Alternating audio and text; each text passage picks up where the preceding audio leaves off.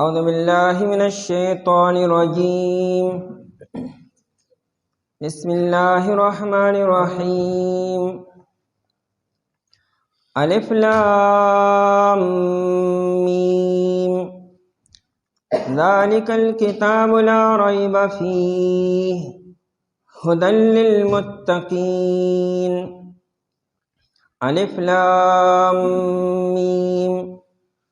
اللہ جل شانہ پوئیگی پمانا دی حروفو. ذالک الکتاب دا کتاب چی دے لا ریبا نشت دے حس شک فیہ پدی کتاب کے ہدن لار ہودن کی دے للمتقین پرہیزگارو تا. سورت مبارکتا سورت البقرہ بھی لکھی گی. پدی سورت مبارکہ کے بقرہ لفظ راغلے دے اور ادی واقعہ بیان شوی دا. پدا مناسبت سرا ټول سورت تا سورت البقرہ بھی لکھی گی. دیتا تسمیت الکل باسم الجزوی یعنی پټول سورت کے صرف د بقرہ یعنی د غوا واقعہ نه د بیان شوی. نورم بلا مسائل په دې صورت کې بیان شوي دي، خو یو اهمه مسله پکې د غوا او واقعه بیان شوی ده. نو ټول صورت ته د دغه سورت البقره نوم ورکړی شو. بنی اسرائیلو کې قتل شوی و، قاتل نه معلومېده او د مقتول ورثاو مطالبه وکړه چې قاتل معلوم شي. جګړه جوړه شوه. واقعا موسی علیه السلام ته راله. موسی علیه السلام الله جل شانه ته سوال وکړو. الله جل شانه موسی علیه السلام ته وحی وکړه دی او غوا لاله کې د هغې څه حصه دی، د مړي سره ووهي، مړي به ژوندي شي او د قاتل نوم به په خپله والي. هغې په دې کې نکته چینې شروع کړې، سوالات شروع کړو. اسانه مسله ګرانه شوه، ډېره زمانه پای باندې تېره شوه. آخرې کې هغه غوا دی پیدا کړه، هغه طریقې کار یې وکړو، مړی را ژوندی شو، هغه خپل قاتل نوم په خپله واغستو. واقعه کې بلا مسایلو طرف ته اشاره ده. دا نه چې ګنې مړی په خپله ژوندي کیدی شي، او دا نه چې هر څوک د غوا څه حصه راوالي او مړي سره وهي نو مړی به راژوندي کېږي. غواګانې دنیا کې بلا شي دي او مړي هم بلا شي دي. اوس که څوک دا کار وکړي نو مړي به نه ژوندي کېږي. مقصود د الله جل شانه حکم او قدرت دی. د الله په حکم او په قدرت سره د غوا په دغه حصې سره مړي راژوندي شو. نورم بلا مسایل دي چې انشاءالله په خپل ځای به بیانېږي. د نبی په خبرو کې سوالات بیانی پکارو. مسله راته بیان شو، عمل کوه. آئے کې چون چرا او د هغې باره کې سوالات کولو خبره به سختېږي. نو سورت البقره ورته وایي. د دې نه علاوه دې ته سورت الزهرا هم وایي. زهرا په عربۍ کې ښکلي څیز ته وایي. ګل تم په عربۍ کې زهرا وي. فاطمة الزهرا، خلقی فاطمة الزهرا، زهرا غلط تے زهرا پا مد سرا. د نبی علیہ السلام لور دا فاطمه، فاطمة الزهرا دام د گل پا شانت خکلی وا. نو زهرا خکلی تم وی او گل تم وی لکیگی. نو دی صورت تا سورت الزهرا زکوی چی نبی علیہ السلام فرمائل اقرأو الزهراوین. اغا دوا خکلی خکلی سورتنا لولی، البقرة و آل عمران. سورہ بقرہ و سورہ آل عمران لولی. دا پٹولی قرآن کریم کی خکلی سورتنا دی. سورہ بقرہ مدنی سورت تے. دا سورہ المتوففین نرست نازل شوه دے. المتوففین سورت پا دیرشم سپارہ کے دے او دا په اوله سپاره کې دی. د نزول په اعتبار سره په 87 نمبر باندې دی او ترتیب جمعی په اعتبار سره په 2 نمبر باندې. په قرآن کریم کې د ټولو نه طویل سورت هغه سورۃ البقره دی او دا تقریبا 10 کال کې نازل شوی دی. نبی علیہ الصلوۃ والسلام چې څنګه هجرت وکړو نو دې آیتونه را شروع شو تر دې چې آخرانی آیت او آخرانی وحی چې په نبی علیہ السلام راغلی ده نو هغه آیت هم په دې سورۃ مبارکه کې دی. 281 نمبر آیت واتقوا یوما ترجعون فیه الی الله ثم توفى كل نفس ما كسبت وهم لا يظلمون. دا د قرآن کریم آخرانی آیت چې نازل شوی دی.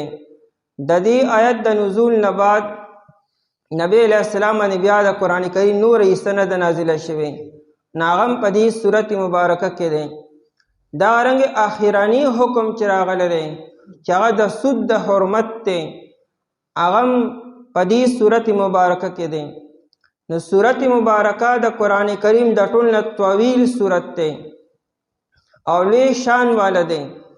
په دې سورۃ مبارکه کې اعظم آیت فی القرآن په قرآن کریم کې ټول لوی آیتو د درجاتو او د علومو په اعتبار سره چې آیت الکرسی وي نو آیت الکرسی په دې سورۃ مبارکه کې دی.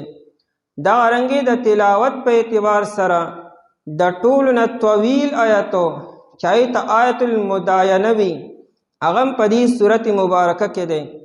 د الفاظو د حروفو په اعتبار سره طویل آیت چې دی هغه په دې سورۃ مبارکه کې دی. دې سورۃ مبارکه کې هغه 2 آیتونه دي چې هغه نبی علیہ الصلوۃ والسلام ته د معراج په شپه باندې چې نبی علیہ السلام تشریف وړو او کم 3 خاص انعامات نبی علیہ الصلوۃ والسلام ته ورکړی شوي وو. نو پای کې چې یو منظم دی او دویم د دې سورۃ مبارکه اخرنی 2 آیتونه آمن الرسول بما انزل الیه من ربه والمؤمنون تر اخره پورې. دا دومره عظیم الشان سورت دی. حضرت شاہ عبدالعزیز محدث دہلوی رحمه الله فرمایي چې په دې سورت مبارکه کې د 500 احکامات ذکر دی. کم آیت چې ما ولوستو آیت المداینه هغه طویل آیتو چې یا ایها الذین آمنوا اذا تداینتم بدین الی اجل مسمى فاکتبوه وی صرف په دې آیت کې د 60 احکامات یا د 60 مسائل ذکر دي. سورت مبارکه کې ډیر علوم او ډیر مضامین بیان شوي دي. دا دومره علوم والا مضامین والا مسائل والا سورت دی چې بیهقی په شعب الایمان کې روایت را نقل کړی دی. ابن عمر رضی الله عنه فرمایي چې زما والد سے حضرت عمر بن خطاب رضی الله عنه دا سورہ بقره لستی وا نو 12 کال کې دا سورت ختم کړی و. دانه چې ګنې عمر بن خطاب رضی الله عنه له قرآن نه ورته یا جبه نوړې دا یا ګنې امپړو جاهلو یا جبه کې لکنتو یا ګنې هغه کې دز د کول الف با تا او بیا پر روانه او دارنګ بیا سورہ بقره خلاص کړه. عمر رضی الله عنه هغه انسان دی چې هغه الله تعالی د نبوت استعداد ورکړو. د نبوت استعداد والا انسان لو کان بعدی نبی لکان عمر زمانه پس کا نبی وی نه اب عمر بن خطاب رضی الله عنه. د حدیث څه مطلب دی یعنی دل الله تعالی د نبوت والا استعداد ورکړل دومره الله تعالی کمال دل ورکړو عمر بن خطاب رضی الله عنه. نو عمر بن خطاب سے دا صورت مبارکہ په 12 کال کې مکمل کړي وو او بیا دعوت کړو د صحابه کرام رضی الله عنهم او خو لال کړو روټه کړي و خلکو لا د ډېر خوشاله د وجنه او دا غزوی چې دی ابن عمر رضی الله عنه هغه د سوره بقره په 2 کالو کې ختم کړي و. حالانکه یو حافظ قرآن چې متوسط حافظ سے بنا په 3 کال کې قرآن کریم په یاد باندې یادي او ذہانت والا ہو په 1 کال کې صد پاس په 1 کال کې قرآن کریم یادی. ما خپل الله جل شانه احسان دې سره پاس 1 کال کې قرآن کریم په یاد باندې یاد کړی دی. نو قرآن کریم او خلک په 2 کال کې په یاد باندې یادي او هغه حضرات په 8 کالو کې او په 12 کاله کې د سورت بقره سره خلاصي. نو وجه دار چې په دې کې دومره علوم او معارف دي، دومره مسائل دي چې هر آیت یو بحر زخار دی، یو لوی سمندر دی چې انتها او کنایه نشته دی. نای حضرات پکې علوم ښکارېدلو، نو ځکه هغوی په 12 کاله کې او په 8 کاله کې دا سورت مبارکه خلاص کړی دی. د سورت مبارکه فضائل انتهایی زیات دي. نبی علیہ الصلوۃ والسلام فرمایل چې د هر یو څیز یو اوچته او افضله حصه وي، او د پوره قرآن کریم افضله بهتره اوچته حصه چای ته کوهان وي، او عربی کو ته سینام ویل کېږي. کوهان ته لکه په څاروي کې چې اوچت ځای د هغه کوهان او کوب وي، نو دارنګې د قرآن کریم بلنده اوچته حصه هغه سورة البقره ده. سوره بقره هغه سورت دی چې په کم کور کې ولوستی شي نو حدیث کې راځي چې شیطان هغه کور نه تېښته کړي. یو روایت کې داسې دي چې تر 3 شپو پورې شیطان دغه کور ته نشي راتلی، او په یو روایت کې داسې دی چې تر 3 ورځو پورې شیطان دغه کور ته نشي راتلی، او یو روایت کې داسې دی چې لا یستطیعها البطلة. دا صورت مبارکه چې په کم کور کې ولوستی شو نو د سحر نه به دغه کور محفوظ وي، یعنې ساحر په دغه کور باندې اثر نشي کولی. نبی علیہ الصلوۃ والسلام ته یو صحابي راغی چې جی د ثابت ابن قیس ابن شماس رضی الله عنه په کور کې بیګا سه اوجوبه ښکاره شوه. عجیبه خبره وی، ټول کور رڼاګانې وي، ډیوې بلیدې، حالانکې ډیوه چا نه بله کړې، او ټول کور منورو. نو جی عجیبه خبره وه. نبی علیہ الصلوۃ والسلام فرمایلو د ثابت نه تپوس وکړه چې تا بیګا سوره بقره نه ولوستې. هغه صحابي رای د ثابت ابن قیس ابن شماس رضی الله عنه نه تپوس وکړو چې تا بیګا په تهجدو کې کم سورت لوستې وو؟ هغه ما سوره بقره لوستې وه. نبی علیہ السلام فرمایل دا چراغا او دا رڼاګانې او دا ډیوې نه وي، دا فرشتي د دې سورت مبارکه اورېدو له راغلې وي. د اسید ابن حضیر رضی الله عنه په روایت کې داسې دي، اسید ابن حضیر رضی الله عنه هغه د شپې مونځ کولو او په مانځه کې یې سورې بقره شروع کړه. نو د هغه یو اس خوا کې تړلی و، هغه په ټوپونو باندې شو. اسید ابن حضیر رضی الله عنه چې قرات بس کو نو اسم په کلاره ودرېدو. اصل کې دا مسله ده، یو سړی د شپې په نوافلو کې په تیز اواز سره قرات کولی شي. یعنې که یو سړی نوافل کې د شپې د ماښام نه تر ساره پورې، نو دی په مانځه کې چې یوازې وي نو دی سوره فاتحه په تیز اواز سره ویلی شي، او پسې هغه سورت هم په تیز اواز سره په جهر سره ویلی شي. د ورځې په مونځ کې په نوافلو کې او په جهر سره قرات نه کوي، کني مونځ به ماتیږي، به سیده سهو در باندې واجبېږي. خو د شپې په نوافلو کې ویلی شي. خو دا حکم د نارینه لپاره دی، زنانه نه د ورځې ویلی شي نه د شپې ویلی شي. نو دی حضراتو به چې د شپې نوافل کول تهجد به کولو، نو دیو پکې قرآن کریم په جهر سره وی، په تیز اواز سره به وی. خو دې هم ضوابط او شرایط دي، داسې ځای کې وایه چې ستا خوا کې څوک ودرې دا خوب خراب نشي، د چا ذکر خراب نشي، چا تلاوت خراب نشي. دا چې کله یوازې تنهایه کې نو بیا ټیک ته قرآن کریم خو چې څومره په تیز اواز سره دومره خوند کې. نو اسید ابن حضیر رضی الله عنه سوره بقره شروع کړه په مانځه کې، نو اس په ټوپونو شو.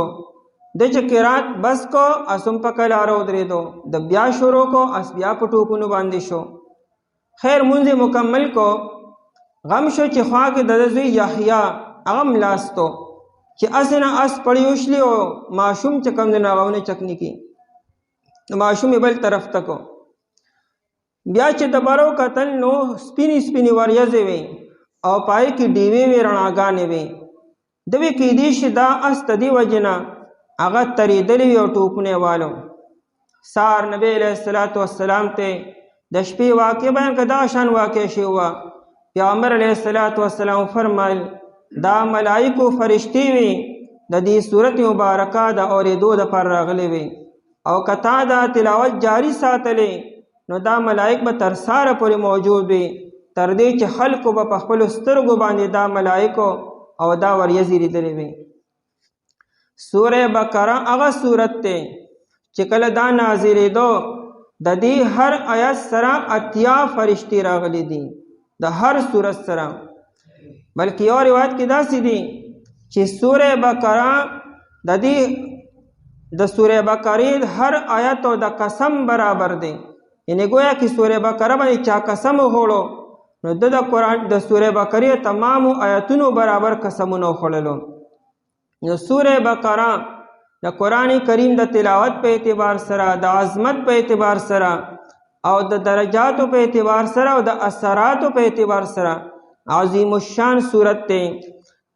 سورہ بقرہ کې علوم و معارف تی مختلف واقعات په بیانېږي، احکامات په بیانېږي. شروع په الف لام میم سره شوې ده. الف لام میم دې ته حروف مقطعات ویل کېږي. مناسبت پاتې شو د دې سورت او مخکنی سورت سره مناسبت دارې سورې فاتحه سره چې سورې فاتحه کې مونږه دعا وکړه چې اهدنا الصراط المستقیم، اے الله مونږ ته نیغه لاره وښیې. دعا فوراً قبول شوه. الله جل شانه مونږ ته صراط مستقیم هو چې والی صراط مستقیم ذالک الکتاب، دا قرآن کریم صراط مستقیم دی، په دې باندې روان شئ. د قرآن ټول قرآن کریم هم صراط مستقیم دی او هدایت دی، او د قرآن کریم هر آیت ځان له مستقل هم هدایت دی. هر آیت او هر دو آیتونه او هر درې آیتونه. د دې وجې نه په مانځه کې د آمین نه وروستو واړه واړه درې آیتونه او اوږد یو آیت ویل کېږي. کم از کم د مونږ د صحت دپاره دا ضروري ده چې د آمین نه وروستو به یو اوږد آیت وی او درې واړه آیتونه. دا ولې دا درې واړه آیتونه دا ځان له هدایت دی او یو طویل آیت دا هم هدایت دی. نو چې څنګه ته په سورې فاتحه کې اهدنا الصراط المستقیم وایې نو د آمین نه پس فوراً درې آیتونه یو آیت ووایه نو دا تا ته هدایت ملو شو، تا ته هدایت یافته شوې، نیغه لاره ته ملو شوه. نو الف لام میم د حروف مقطعات دې ته ویل کېږي. مقطعات د اسم مفعول صیغه ده.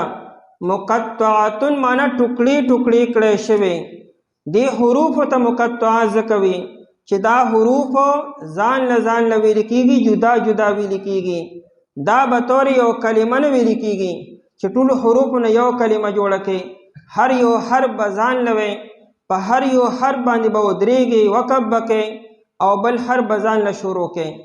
مونږ وایو الحمدو، دا نه چې الف ځان له، لام ځان له، ها ځان له، میم ځان له. کلمه مونږ یو ځای وایو، لیکن دا حروف چې دي دا د پشان د الحمد دی او کلمې نه وي، هر حرف به ځان له وایي، ځکه ورته مقطعات ویل کېږي. دا د قرآن کریم په 29 سورتونو په شروع کې راغلي دي او دا 14 حرفونه دي، خو چرته ډېر راغلي چرته لږ راغلي دي، یعنی یو حرف بار بار هم راغلی دی، خو ټول حروف 14 دي او د 29 سورتونو په شروع کې راغلي دي. دې کې احادي، ثنائی، ثلاثي، رباعي او خماسي دي، یعنی یو حرفي، دو حرفي، درې حرفي، څلور حرفي او 15 حرفي دي. یو حرفي مشته لکه نون او قاف او صاد، دا یو حرف دی. دارنګې دو حرفي مشته ثنائی لکه یاسین، لکه طه او لکه حامیم. او درې حرفي یعنی ثلاثي مشته لکه دلته کې الف لام میم. او دارنګې طا سین میم، نو دا درې حرفي دي. څلور حرفي پکې مشته رباعي لکه الف لام میم را، الف لام میم صاد، څلور حرف راغلي دي. او دا 15 حرفي مشته خماسین دي لکه کاف، ها، یا، عین، صاد، 15 حرفونه دي. دارنګې ها، میم، عین، سین، قاف، دا 15 حرف راغلي دي. د دې معنا او مفهوم دې باره کې 30 اقوال د مفسرین حضرات موجود دي. راجح قول دا دی چې دا د الله جل شانه راز دی، اسرار دي لکه ابوبکر صدیق رضی الله عنه فرمایي لکل شیء سر، وی د هر یو څیز دپاره یو رازي، او سر القرآن اوائل السور یا فواتح السور، او د قرآن کریم اسرار او رموزات هغه د قرآن کریم د دې سورتونو اولنی حرفونه دي، یعنی حروف مقطعات دي. دارنګه قول د علی رضی الله عنه هم منقول دی چې دا د الله تعالی راز دی او خاص علوم دي چې الله تعالی خپل ځان سره هغه خاص کړي دي. او نبی علیہ الصلوۃ والسلام ته د علم ورکړی شوی و، د دې مفهوم او د دې معنا خدا را چې امت ته واضح علم د دې نه دی ورکړی شوی. حروف مقطعات دې ته اسرار محبت وی دا د محبت رازونه دي چې د حبیب او د محبوب په منځ کې دي. د الله تعالی او د نبی علیہ الصلوۃ والسلام په منځ کې دا علوم او دا روابط نبی علیہ السلام ته د علم ورکړی شوی دی، او عام امت ته د علم واضح کولو هغه نه دی ورکړی شوی. او دویم قول دا دی چې کم علما دي او کم رسوخ په علم چې چاته مضبوط علم ورکړی شوی دی، نه هغې ته هم د کشف په ذریعې سره، د الهام په ذریعې سره او د علم لدني په ذریعې سره د دې څه نه څه درجه ورکړی شوې ده، هغې هم د دې رموزو حاصل کړي دي. لکه علامه روح المانی په دې ډېر لوی بحث کړی دی چې لوی لوی خلکو ته الله تعالی دې څه نه څه درجه او څه نه څه علم د دې ورکړی دی. دویم قول دا دی چې دا حروف چې دي نو دا د قرآن کریم نومونه دي. او دریم قول دا دی چې دا د قرآن کریم د سورتونو نومونه دي. او څلورم قول دا دی چې دا د الله جل شانه د نومونو هغه مخففات دي، یعنی هر یو حرف شاته د الله تعالی یو صفتی نوم دی. لکه الله نه الف راغستل شوی دی، مثال لکه کاف دی نو د الکافی نه راغستل شوی دی، یا مثال میم دی نو د الله تعالی د صفتی نوم د مجید نه راغستل شوی دی. نو دا قول هم صحیح دی. ابن عباس رضی الله عنه هم دا قول منقول دی چې دا د الله تعالی د نومونو هغه کنجیانی او چابیانی دي، یعنی دا د عین راغستلی شوي دي. دلته کې بیا الف لام میم نه الف د الله نه راغستلی شوی دی، او لام د لطیف نه، او میم د مجید نه، یعنی الله تعالی لطیف ډېر مهربانۍ والا دی، نرمی کوونکی دی، او الله تعالی مجید بزرګۍ والا دی. یا دا چې الف لام میم، الف د الله نه دی، او لام د جبرائیل نه دی، او میم د محمد صلی الله علیه وسلم نه دی. ابو سعود لیکي وی دا درې واړه چې یو ځای کې نو داسې وشي الله انزل الكتاب بواسطة جبرائیل علی محمد صلی الله علیه وسلم. الله تعالی قرآن کریم د جبرائیل علیه السلام په ذریعه سره په نبی علیه السلام باندې نازل کړی دی. او بل قول دا دی چې الف د انا نه دی او لام د الله نه دی، یعنی انا الله، او میم د اعلم نه دی، انا الله اعلم، زه الله تعالی یم او زه ښه پوهېږم، یعنی ټول علم الله تعالی سره دی او تاسو سره نه دی. بهرحال کچره جمهور قول والو ناغي داسې معنا کوي چې د والله اعلم بمراده بذالک، د دې حروف په حقیقي معنا باندې الله جل شانه پوهیږي. او نور مفسرین حضرات د پوهېدو دپاره ای کوشش کړی او دا معنی هغه روباسلي دي. په دې حروفو کې دومره زیات علوم دي چې اصل کې زمونږ د ظرف او د استعداد نه بار دي. قاضی ثناء الله پانیپتی رحمه الله تفسیر مظهری کې لیکي، قاضی ثناء الله پانیپتی سے وہ د مظهر جانی جانا رحمت الله علیه مرید دی او هغه پیر صاحب دی. دا تفسیر دا نوم چره مظهری دا در خپل پیر او مرشد په نوم باندې مظهری دکه چې مظهر جانی جانا، او دا ډیر لوی ولی الله انسانو. نو قاضی صاحب لیکلی دی چې زما پیر صاحب او مرشد صاحب دا خبره وکړه چې دا کشف په ذریعه سره ماته دا معلومه شوه چې په دې دا ټول قرآن کریم د الله تعالی د معارفو او د برکاتو د رحمتونو د انواراتو یو سمندر دی او دا حروف مقطعات چې دي وی دا دغه سمندر نه چینی راوتی دي او دغه چینو په ذریعه سره ناشنا علوم او ناشنا معارف را بیدلو نو دی حروفو کې ناشنا علوم الله تعالی خو دي د دې وجنه یو ماهر لغوي دی د لغت لوی امام دی هغه وی لکه لسان العرب چې هغه لیکلی دی لسان العرب د لغت لوی کتاب دی عربک ټو عربکو څنګه چې اردو ټو اردو عربي ټو اردو اردو ټو انګلیشو نو دا عربي ټو عربي دی لسان العرب 15 جلد کې علامه سید منظور الافریقی لیکلی دی هغه وی کچې زره دی حروف مقطعات معنا او تفسیر شروع کوم لیکل شروع کوم نو زبا د لسان العرب مربل غټ کتاب یو لیکم چې صرف په دې 14 حروفو کې چې د 29 سوراتونو په شروع کې راغلي دومره علوم او معارف هغه په دې کې الله تعالی خو دري دای د وجنه امت ته او خلق ته الله تعالی د دې علم هغه واضح ورنکو دومره کافی دی